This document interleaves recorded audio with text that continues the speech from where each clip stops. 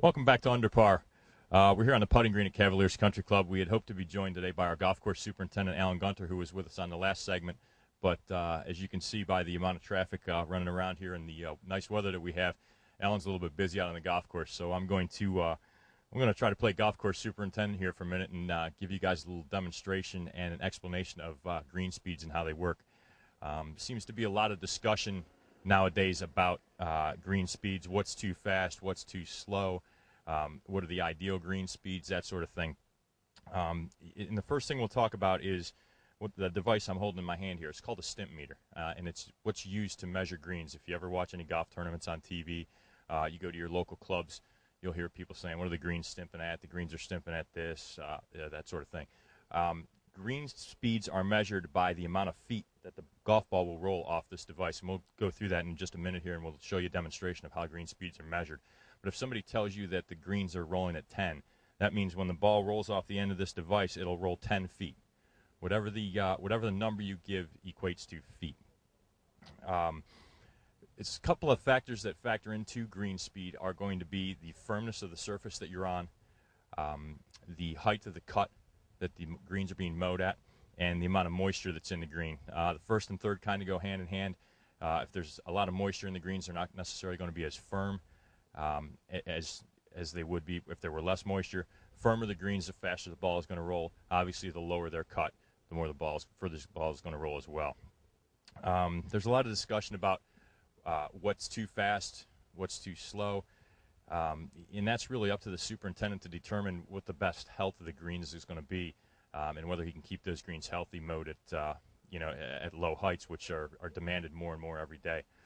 We're going to run through the Stimpmeter process for you real quick here and show you how the green speeds are measured. And the way this device works is we take 3 golf balls, and generally we'll roll the ball in each direction so that we can get an equal reading in case you happen to be side hill, uphill, and that sort of thing. What we do is we're just going to set this device down here on the ground, place a ball in the little channel that's here, lift it up until it rolls. Okay?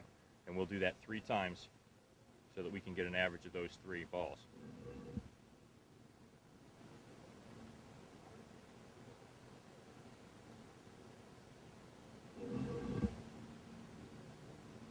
You can see here by those 3 balls, it looks like our golf course superintendent's doing a pretty good job because they're all rolling the same distance. What we'll do is from the end of this Stimpmeter, we'll go 3. Stimpmeter's 3 feet long. Flip it again, 6. Flip it one more time, is 9. Okay. Now the greens were just sprayed this morning, so they're a little bit they're a little bit slow because of the moisture in there. We like to keep our greens somewhere in the 9.5 to 10 range based on the slope that we have on our golf course. If you get to be any faster than that, not only does it jeopardize the health of the green, but it also makes hole locations difficult, and you run out of hole locations. When you run out of hole locations, you get too much traffic in one area, and then we run into problems with wearing the greens out. Before we came on the air, I went ahead and rolled these balls so that we could see that we had a level flat surface. Otherwise, we would normally roll those both directions, and then we would go ahead and check, take an average of the 2, and that would give us our green speed for the day. Again, green speeds are going to be different to each golf course. Anytime you watch, especially like you'll see the U.S. Open, the Masters that was just played a few weeks ago, green speeds can get anywhere upwards of 11.5, 12, 12.5 on any given day based on the weather conditions.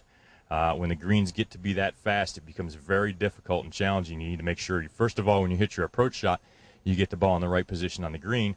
And then, provided you get the ball in the right position on the green, you need to make sure that you don't get too aggressive or get yourself into too much trouble.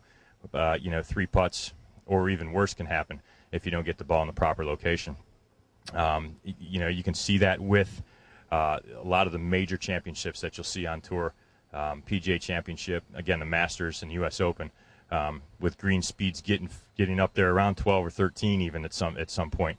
If you watched the U.S. Open a few years ago at Shinnecock Hills, ran into a problem at the last day without water in the greens and basically almost killed the putting surfaces. So that's why you need to be very careful at your golf course. You keep demanding faster green speeds. There is a price that gets paid with those speeds, so we need to make sure that we maintain those as close to healthy as possible. We need to be very careful when those green speed get up in the 12 to 13 range of jeopardizing the health of the greens and possibly doing some severe damage to your golf course.